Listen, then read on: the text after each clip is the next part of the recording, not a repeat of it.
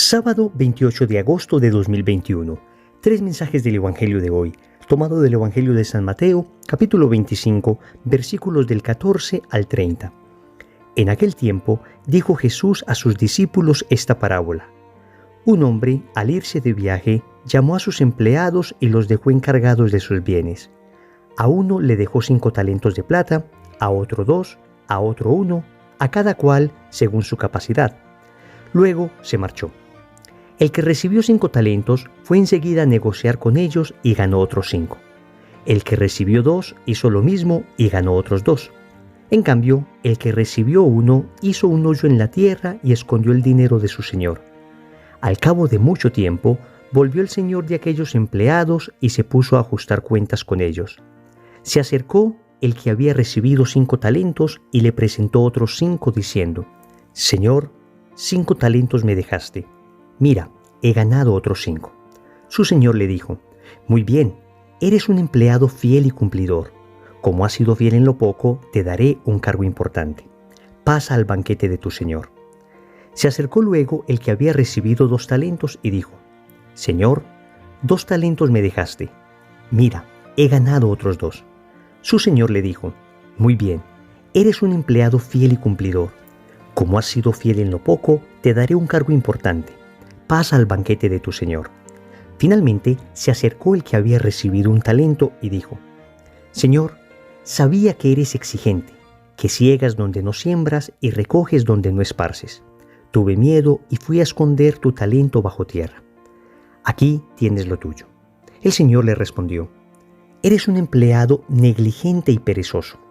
¿Con que sabías que ciego donde no siembro y recojo donde no esparzo? Pues debías haber puesto mi dinero en el banco, para que al volver yo pudiera recoger lo mío con los intereses. Quitadle el talento y dádselo al que tiene 10, porque al que tiene se le dará y le sobrará, pero al que no tiene se le quitará hasta lo que tiene. Y a ese empleado inútil echadle fuera, a las tinieblas.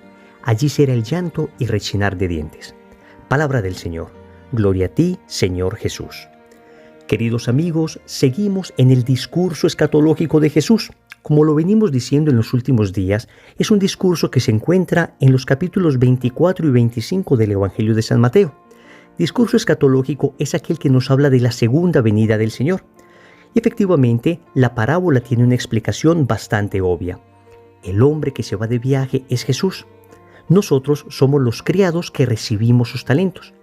Él, que se demora mucho, espera que nuestros talentos den fruto, porque regresará a pedirnos cuenta de cada uno de ellos. Vamos entonces a reflexionar 3 mensajes en torno a este evangelio. Primero, ¿qué haces con tus talentos? Segundo, cuida lo pequeño. Tercero, ¿cómo dejar la pereza espiritual? Vamos con el primer punto. ¿Qué haces con tus talentos? El Señor dice en la parábola que Dios da a cada cual según su capacidad. Es decir, todos tenemos talentos. Óyeme bien, incluso tú que crees que otros han recibido muchos dones, muchas gracias, muchas cualidades y que tú no tienes mucho para ofrecer. Amigo, Dios te ha dado talentos con seguridad absoluta. Lo que pasa es que existen 2 caminos. O decides multiplicar estos talentos poniéndolos al servicio de los demás, o decides esconderlos usándolos solo para tu beneficio. Óyeme bien, son los únicos 2 caminos que hay. O tomas estos talentos que Dios te ha dado y los pones al servicio de los otros en el ejercicio de la caridad, o simplemente tomas todos estos talentos y los guardas para ti de manera egoísta, de forma que al final, cuando el Señor pida cuenta por ellos, tendrás que inclinar la cabeza. Es que es la realidad, es lo que nos está diciendo el Evangelio. Él nos ha dado talentos en cualquier índole. Talentos naturales, por ejemplo. Pienso en las personas que tienen sus destrezas, su inteligencia, su capacidad para el deporte. Pienso incluso en la capacidad histriónica, la capacidad de hablar, la capacidad que tienen para hacer relaciones, para ser amigos. Esos son talentos naturales. Y la pregunta que nos hacemos es, ¿los estás utilizando solo para ti, para tu egoísmo? ¿O de verdad te has puesto a pensar, estos talentos que Dios me ha dado, cómo los voy a utilizar para servir a los demás? Otros son los talentos de orden material. Ya no son aquellos que nacen con nosotros, sino aquellos que hemos conseguido con el tiempo, pero también por gracia de Dios. Pensemos en los bienes que hemos recibido. ¿Todo lo que recibes económicamente lo utilizas exclusivamente para ti? ¿Utilizas aquello que Dios te ha dado a través del trabajo, a través de la posición económica en que naciste, a través de las facilidades que has recibido? ¿Lo utilizas solo para tus placeres, para tus gustos? Cuando tienes un ascenso, cuando empiezas a ganar más dinero, ¿mejoras tu nivel de vida o mejoras tu nivel de caridad? Claro que es cierto que uno con el tiempo tiende a mejorar su nivel de vida y eso no está mal. Lo que pasa es que no puede darse esto en detrimento de elevar nuestro nivel de caridad. Mejora tu nivel de vida si es que Dios te bendice económicamente, pero que no sea de tal manera mejorado que olvides a los pobres del Señor. Pensemos también en los talentos de orden espiritual. Dios nos ha concedido dones, gracias. El más grande de todos los talentos es el don de la gracia santificante. Y esto es algo que recibimos todos el día de nuestro bautismo. Y yo creo que a este se refiere el Señor cuando al final dice: al que tiene se le dará, y al que no tiene se le quitará hasta lo que tiene. Eso es exactamente lo que sucederá el día del juicio cuando nos presentemos ante Dios. Si es que tenemos gracia en nuestro corazón, entonces se multiplicará esto en gloria en el cielo. Al que tiene gracia se le dará gloria en el cielo. Pero el que no tiene gracia, aquel que muere en pecado mortal, aquel que muere sin arrepentimiento, aquel que muere sin conversión, aquel que ha rechazado deliberadamente la mano que Dios le ha tendido una y otra vez de manera misericordiosa para que se arrepienta de su pecado, para que vuelva a Él, aquella persona, hasta lo poco que tiene, lo perderá en aquellas tinieblas en las que solo se escucha llanto y rechinar de dientes. Estamos hablando de algo muy serio. Poner mis talentos al servicio de los demás, en otras palabras, ejercitar la caridad, es absolutamente indispensable para salvarme eternamente. Lo dirá el mismo Señor en medio de este discurso. Tuve hambre y me diste de comer, tuve sed y me diste de beber, estuve enfermo y me visitaste, desnudo y me vestiste. Miren, el Señor dice que pongamos todo lo que tenemos al servicio de los demás. Eso se llama caridad. ¿Qué haces con tus talentos? ¿Los escondes egoístamente para ti o los multiplicas en el ejercicio de la caridad? Segundo, cuida lo pequeño. Noten lo que el Señor le dice a los siervos que multiplicaron sus talentos. Como has sido fiel en lo poco, te daré un cargo importante. Esto nos recuerda aquellas palabras que el mismo Señor decía, que retoma el Evangelio de Lucas en el capítulo 16, versículo 10, y son las siguientes: el que es fiel en lo poco, es fiel en lo mucho. Queridos amigos, el Señor hoy nos está invitando a cuidar las pequeñas fidelidades. En muchas ocasiones nosotros estamos muy preocupados por no pecar mortalmente, y eso está muy bien, es lo esencial. Estamos muy preocupados por los grandes compromisos, y claro que eso es lo esencial. Pero hoy el Señor nos da una lección: aprender a cuidar lo pequeño, aprender a ser fieles en lo pequeño. Fieles en la vida espiritual, por ejemplo, en la oración. Algunas veces nosotros decimos: estoy muy cansado, hoy no voy a rezar el Santo Rosario. Estoy muy cansado, dirá el sacerdote, hoy no voy a hacer la liturgia de las horas. O tal vez aquellos compromisos de ayunar, aquellos compromisos de asistir al grupo de oración, aquellos compromisos de mortificarnos que habíamos hecho con tanta firmeza, pues de repente empiezo a sacar 1000 excusas para ir faltando a ellos. Total, si falto a esto no peco. Empiezo a descuidar lo pequeño. Empiezo a descuidar los detalles y termino cayendo en lo grande, desafortunadamente. Al revés, si soy fiel en estos pequeños detalles, en cambio, el Señor me bendecirá con una fidelidad en lo grande.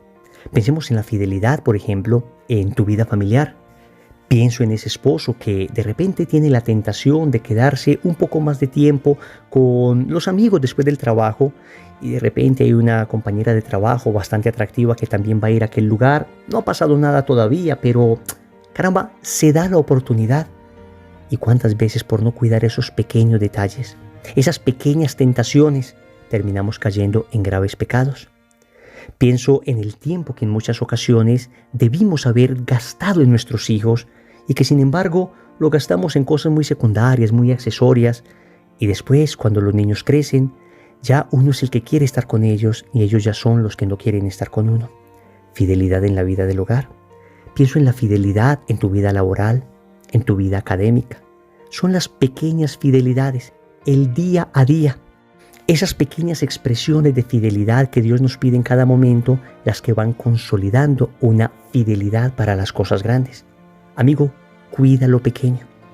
Presta atención a tu vida y date cuenta de que esos detalles te van preparando para las grandes fidelidades. Tercero, ¿cómo dejar la pereza espiritual? Notemos las fuertes palabras que el Señor dice a este criado que escondió sus talentos. Eres un empleado negligente y perezoso.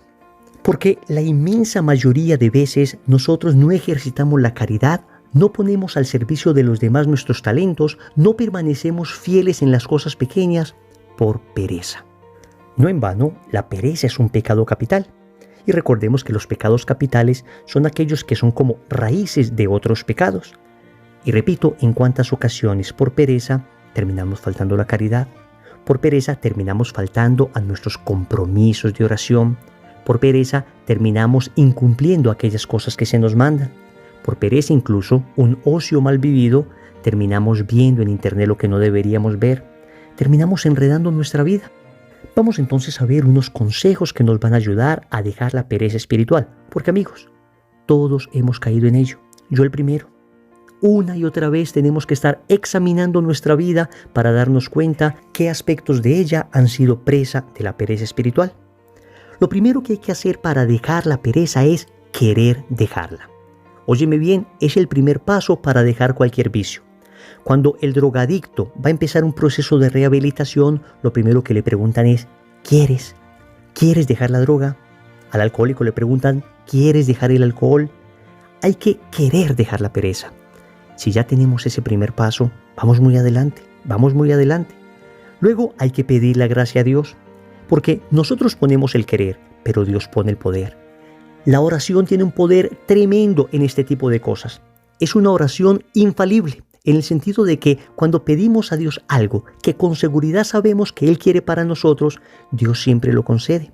Siempre y cuando lo pidamos constantemente, con mucha humildad y con mucha fe. Pero orar es un camino extraordinario para recibir esta gracia.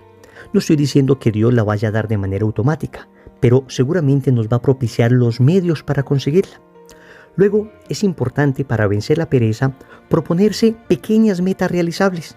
En ocasiones, empezamos a prometer una cantidad de cosas en el orden espiritual, en el orden físico, en el orden laboral, en el orden familiar, cosas que en medio de un eufórico entusiasmo juramos que haríamos, pero que eran bastante difíciles de cumplir.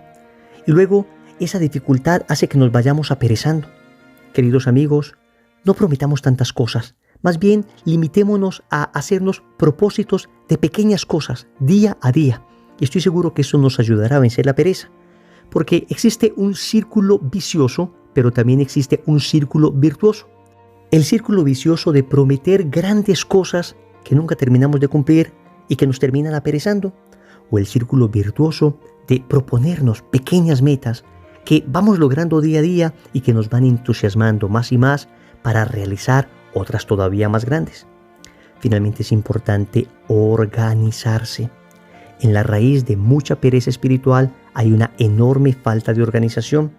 Falta de saber a qué horas me levanto, a qué horas me acuesto, saber a qué horas debo rezar, a qué horas voy a ir a la Eucaristía, saber a qué horas voy a leer este libro, a qué horas voy a hacer esta práctica. Escríbelo en un papel, aunque no siempre lo cumplas a rajatabla. Empieza por escribirlo, empieza por ver lo que debes hacer y te aseguro que esto te ayudará a ejercitar la caridad, porque cualquiera de nosotros puede ser aquel siervo que escucha las terribles palabras de Jesús, siervo negligente y perezoso. Pero hoy le vamos a decir al Señor, sí Señor, yo he sido uno de esos, negligente y perezoso. He escondido los talentos que has puesto en mis manos, pero a partir de hoy voy a luchar para empezar a dar fruto con aquello que tú me has dado. A partir de hoy empezaré a pedirte diariamente la gracia de superar esta pereza, esta modorra que me tiene apoltronado en mi vida y que no me deja ser lo santo que tú quieres que yo sea. Recordemos entonces, primero, ¿qué haces con tus talentos? Segundo, cuida lo pequeño. Tercero, ¿cómo dejar la pereza espiritual? Compromiso. En el rosario de hoy vamos a pedir a nuestra Madre que nos alcance la gracia de dejar la pereza espiritual. En el nombre del Padre, y del Hijo, y del Espíritu Santo. Amén.